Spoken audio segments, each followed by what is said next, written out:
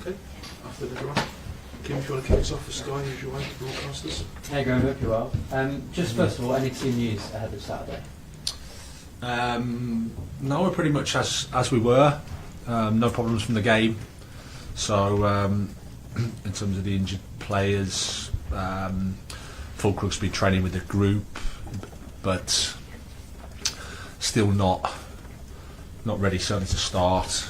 We'll assess over the next 24 hours, I guess, whether he's available. But I think it's more after the international break for him, just to get some training in him. But it's nice to have him with the group, and Somerville still obviously at the other side of the international break. And of course on Monday night, Mikel Antonio got an unbelievable reception. Can you provide any update on him? Could we maybe expect to see him before the end of the season? No, I think it's too early to say. I don't want to put that type of deadline or pressure on him. It's great that he's here. It's great that he's making the progress he is, and we need to carry on supporting him. It's day by day, week by week, and then we'll see. You made a crucial point when you came, emphasising getting all the players to become like a family and all moving in the right direction. The results might not have been there over the last sort of 9 games, but do you feel that fight and spirit from your team? Are you happy with what they're showing you in that regard? Well, it depends how you assess the results and what we've achieved and what we've done. For a period of time, I think for the last year, West Ham have conceded the most goals in the Premier League, apart from the teams that got relegated. So I think we've changed the dynamic a little bit there, and that's a foundation I think is really important, because you need that stability. And we've been competitive in all the games we've played. We've gone to Arsenal, we've gone to Chelsea, we've gone to Aston Villa twice, we've played Newcastle. We've been competitive in all the games. So we always want to improve, obviously, and there are areas that we need to improve. But in the last 3 matches, it's 6 points. So it depends how you look at anything with stats and those sorts of things. But in terms of how the players have gone about the work and how they're acting day to day, I'm really happy with them. And you mentioned that defensive stability. I think before you came in, 40 goals in 20 games conceded. You mentioned it after Monday night as well. Has it been quite hard balancing, sorting out what was a very leaky defence, as well as focusing on maybe creating a few more chances? Well, it's just the job, It's you inherit the situation. That's the situation. As I said before, that if you rely on scoring 2 goals to get you a point in the Premier League, it's difficult. You can talk all you want about attacking football, you talk all you want about attractive possession football. If you're not stable defensively, it's very difficult. So that's been a starting point, and I think we've done well with that. Not perfectly, but better. And then we still need to carry on improving all the aspects of our game. For 2 months, if you think about the 2 weeks from an attacking perspective, and no Antonio, no Fulcrook. Bam was away for 6 weeks of that time.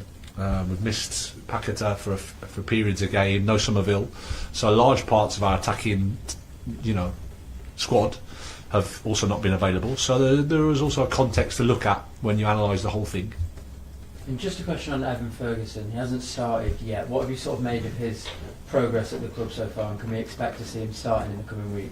No, we've been happy with him, and it's where we sort of expected it to be, because he came as a young player who's had time out with injuries. He was here to help us in the squad, and that's exactly what he's done. He came on against Brentford, thought he had a good impact there, set them up for a really good chance. And then the team played really well against Arsenal, so didn't get much minutes there. Came on against Leicester. He's building himself up week by week, day by day. So I'm happy with him. And just a quick final one from me. What have you made of the job that David Moyes has done at Everton so far, and how you expect him to sort of line up in that game? No, he's done really well. Someone I have huge respect for. I've played against him a few times, obviously, and I know him, and he's a really, really good guy and a top coach. So, done a really good job there, and we know it's going to be a tough game. Goodison Park is always a difficult place to go, and David's got them organised, and they're built on that defensive stability that was there, and they're scoring goals now, so they've got a really good combination. Cheers, thank you. No problem. Hi Graham, and just kind of continuing on the theme of David Moyes and his legacy that he left behind here at West Ham. What are the parts of that legacy, if any, that you think is important to keep at the club, or is it a case for yourself as a new manager here, kind of starting again, rebuilding and doing, implementing your own style of brand of football? Well, I don't think it's a case of ignoring everything that David done here, because he's achieved a lot. They won a major trophy, had a competitive team at the top end of the Premier League for a lots of seasons. So I know how difficult that is. I think everybody wants to try to improve. That's clear. We want to try and do that. But he set a high bar. He did a good job here. He was always tough to play against his teams, and always competitive. And like I said, delivered a major trophy, which is a fantastic achievement for the club. So I'm pretty sure everybody here has huge respect for David and thankful for the job he did, and wish him well at Everton, but obviously not on Saturday.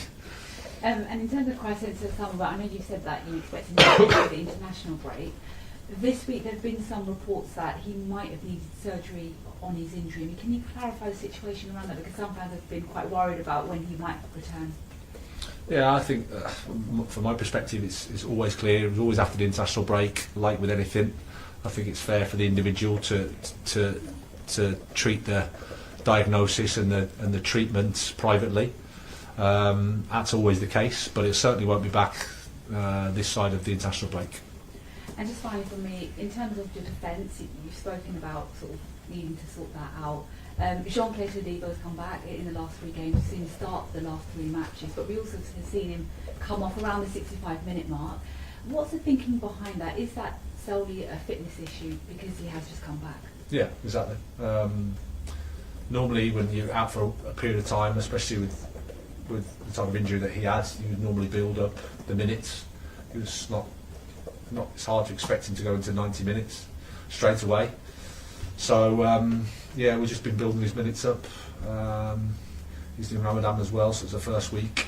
So obviously there's complications there around diet and recovery, etc. So just be mindful of that, and on the back of an injury. But he's getting stronger and stronger, and he's available for close to 90 for this game. And just on that, really, how happy have you been with the way that back line is starting to really understand each other and their strengths and weaknesses? Yeah, no, it's. I think collectively we've done it well. Always room to improve, but as a team, I think we've had when you concede 40 goals, it's not just about the defenders. It's about the whole unit. It's about the whole team. It's about how we act. It's about how we behave every day. And I think we've made some big changes with that, and some good work has been done. And the fruits of that have been a couple of clean sheets and defensively sound. But at the same time, as I said earlier, we're always looking to improve as well, and aspects of our game we need to do better with. But from the start where we were, we've made some decent progress as well. Thanks, Graham. Hi, there were lots of reasons, I'm sure, for you to be frustrated by the Newcastle result. Do you need to just put that behind you? Well, yeah, I think that's the reality of professional sport sometimes. The result doesn't go your way. I think it was a game where it's a 50-50 game. It's quite a tight match. Newcastle are a team competing for the Champions League, so we haven't got a divine right to beat them. We have to work hard to do that, and we did. It was a committed performance from us. Not too much in the game. One goal decides it. The goal from our perspective was a little dubious, shall we say, but that can happen. But now it's just to focus on, okay, what can we do better, and how we're going to approach the next match, because the next match is the next challenge. You had been linked with the Everton job at one stage. I don't know, were you close at all to? I think I've been linked with quite a lot of jobs, and if I believed all that was out there, it'd be strange. So no, I've said many a time that I spoke with lots of clubs and lots of people during my time off, and out of respect for them, I would keep everything very, between me, because I've got that right as a private person. So I don't confirm or deny anything, and like I said, I wouldn't believe everything you read in the newspapers. I expect this will be your last visit to Goodison Park. What are your memories of that ground? As I said, it's always a tough place to go. The crowds, the atmosphere. It's a fantastic football club with great tradition. Very, very passionate supporters. That when they're behind the team, it's a tough away match. So my memories there have been good. We've had some results there as well, but nevertheless, it's always tough to go there. 8 unbeaten now under David Moyes. What is he doing so well, and what can you try and do to stop it being 9 unbeaten for Everton? Well, as I said earlier, I think defensively they've always been solid. Everton, it was the scoring part of the game that maybe wasn't there, but I think they've made some adjustments. Beto's come in and been really dangerous and effective. I think O'Brien's came into the team as well and has really given them a different dimension. They've had some really impressive results, scoring goals. They look a good team, so we have to play well for sure. Are you surprised that you're on the same number of points as Everton? I don't know whether I'm not surprised or unsurprised. It's something I've thought about. I'm just focused on us and how we can improve and what we need to do. An international break after this, so you'll want to go into that after a positive result? Of course, yeah, absolutely. As I said, we've done lots well, and I'm happy with the progress we've made in lots of areas. But clearly, there's also more to do, which you'd expect. We're not happy where we are. We want to improve that, but we also have to see the context and the situation for what it is, and then we have to go and play the game against a tough opponent. Thank you. Okay, thanks everyone. Cameras off, please. Excuse me.